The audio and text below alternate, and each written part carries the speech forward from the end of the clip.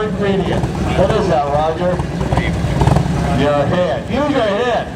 I mean, turn your head and look back where you want to go. If you've never done this, try it. I guarantee it will work. Turn your head and look back where you want to go. You know why? Because when you do that, the handlebars, signal to go that way. Ready? Here we go. We're going to turn our heads back over our shoulder. If you've never done this, exaggerate it the first time. And pretty soon it becomes natural. Turn your head and go right back. Turning radius in my Harley Davidson is 18 feet from the factory. I can do this turn at 14 feet if I want to. So 22-foot two-lane road is nothing. Driveways are nothing. Turn your head and look where you're going. You gonna look where you're going? Oh, yeah, see, I see what you're doing. Now, Rogers' legs going in circles. I don't know why that is. Watch this. Hey, we've been doing a lot of left-hand turns. Has anybody having trouble doing right-hand turns? Do you have any trouble doing right-hand turns? I know I did. I joined this team, I had a bunch of troubles. Used to fall down a lot too. But you know why you have trouble? Because the clutch hand is away from you. You feel uncomfortable because you don't have that control over that thing. So all you got to do, especially short people like Roger here, you scoot up in your seat. As you scoot up, you have more control because you're reaching down. You ever watch a motorcycle cop? You ever watch them? You know, the Harleys, they got that little tiny seat sitting back there, no big comfort seat, little seat, and they're sitting on the tank. That's why, because they have control over that bike constantly. That's why they go like that. All right? And you can go like that too with no problem at all. Here we go. Same principle. We're going to use the clutch, the throttle, rear brake, and we're going to turn our head to look back over our shoulder where we want to go. Turn your head. Same principle applies when you're going through curves. You're always looking ahead of yourself. Always look ahead. Always. Don't look down the side. Don't look at the cars coming at you. Always look ahead. So many people run off the road on a curve because they don't look ahead. All right. Well, thank you very much, Roger. I'll take it from here. Roger, you go down. Roger. It's okay, Roger. You're done. Roger. I'll show them. I'm going to show you one last thing, folks. And this thing's going to save your life. We talked about a lot of things here. Well, actually, we talked about 3 or 4 things. The clutch, the throttle, and the rear brake, and turning your head to look where you're going to get there. It works. If you don't believe me, try it. It works. And then once you try it, keep doing it. Practice, practice, practice. The last thing I'm going to show you before we leave is a quick stop. We don't call it a panic stop, but if there's a panic stop, you're in a lot of trouble. Quick stop. That's being able to stop your bike safely at a certain distance. And you got to know what that distance is. So you need to practice this every so often as you possibly can, coming to a stoplight or wherever. Because when you're going down a 2-lane road and this little old lady pulls in front of you because she didn't see you, you have choices. One choice is to hit her.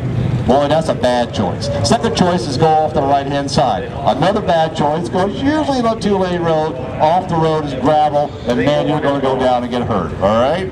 Third choice is to stop and stop safely. Or at least slow yourself down enough so when you do hit her, you're not going to be that damaged, okay?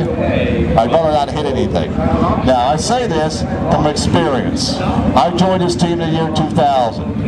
3 separate times in my life, since that time, I've had to use this situation. One of them was an extreme stop. I mean, I think I wet myself, I think. It was that bad. It scared me to death. So what you got to do is practice this. We're going to be stopping with the front brake and the rear brake. Not just the rear brake. 30% of the stopping power is in the rear. Now, if I had my choice, I'd like to have more than 30. There's 70% up front. Combined is 100% stopping power on these bikes. 100%. So what I'm going to do, I'm going to go towards Trudy there as fast as I can in first gear. I'm going to apply the front and rear brake with equal pressure. Now, what is your equal pressure? I have no idea. That's why you got to practice the maneuver. You got to get out in that parking lot and practice this so you know what it is. Now, remember, you have a passenger on the back, the stopping distance increases, right? Takes longer to do the car. You have gear packed on there and somebody on there is going to be even longer. So you need to know what that distance is. So in your mind, when something comes up, you have to make a choice and you have to do it instinctively. You can't think about it, you have to act. Now when you do this maneuver, always have your steering wheel straight ahead. Never put the front brake on when it's turned one side or the other. If you're going 2 miles an hour in the parking lot or 60 miles an hour on the highway, you got to have your wheel straight when you apply the brakes. Here we go, Judy.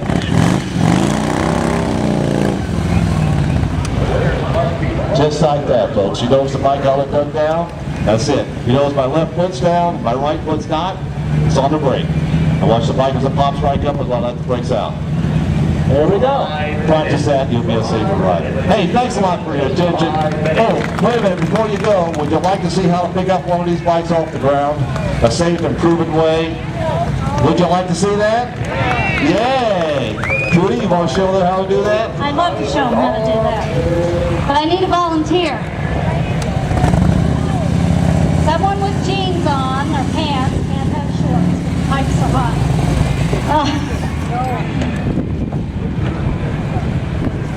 Phil, I think, you want, sure, come on over. Looks like an old man to me. That little one. I can say that because I'm old too. I'm on Social Security, okay? Medicare. Wow. That's scary. Hey, what's your name? Craig. Craig, where you from? Bloomington, Illinois. Bloomington, Illinois. Great. I've been there 1 week. And my bike's laying on the parking lot. Bike's laying in the parking lot. Well, this is going to be Thank helpful you, to Greg, for helping us out. Trudy's going to show you. Okay. What's the first thing you do when you drop your bike?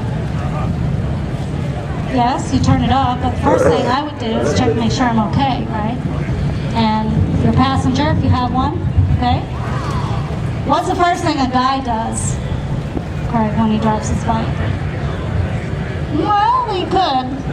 My experience has been... Looks around to make sure nobody... That's right. That's Exactly right. That's what he does. He looks around to see if anybody saw him fall down, right, folks? That's right. You all been there, haven't you? All right. Okay, Greg, you're right. The next thing you want to do is make sure the ignition is off. So you can go ahead and turn the ignition off. What's the second thing you want to do? Just a couple of minutes left. Winners, you must be present. You want to make sure it's in gear. Why do you want to make sure it's in gear? That's correct, so it doesn't roll when you try to lift it up. So you've got it in gear, and there's one more thing that you want to make sure you do. If there's something that you guys want to That's right, put your kickstand down. Why do you want to do that? That's right, you don't want it to fall over on the other side. So now that we've got all of those things taken care of, the last thing to do is pick the bike up, and all that is body mechanics. Okay, so I'm going to show you how to do this. I want you to sit up against the seat. Okay, slide your bottom down just a little bit. Put your arm around here. You grab onto this bar. Pull this handlebar toward you. Put your legs out straight. Go under, Henry. Now you're going to lift this bike with your legs. Turn it around that way. There you go. You're going to lift this bike with your legs, not with your arms, because you don't want to hurt your back, okay?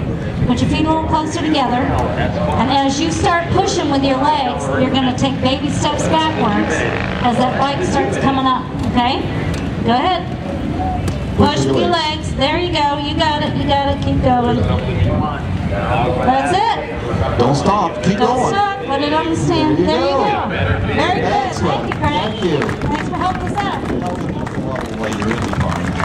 Now, someone said earlier that we should show how to pick it up when it's dropped on the other side, Phil.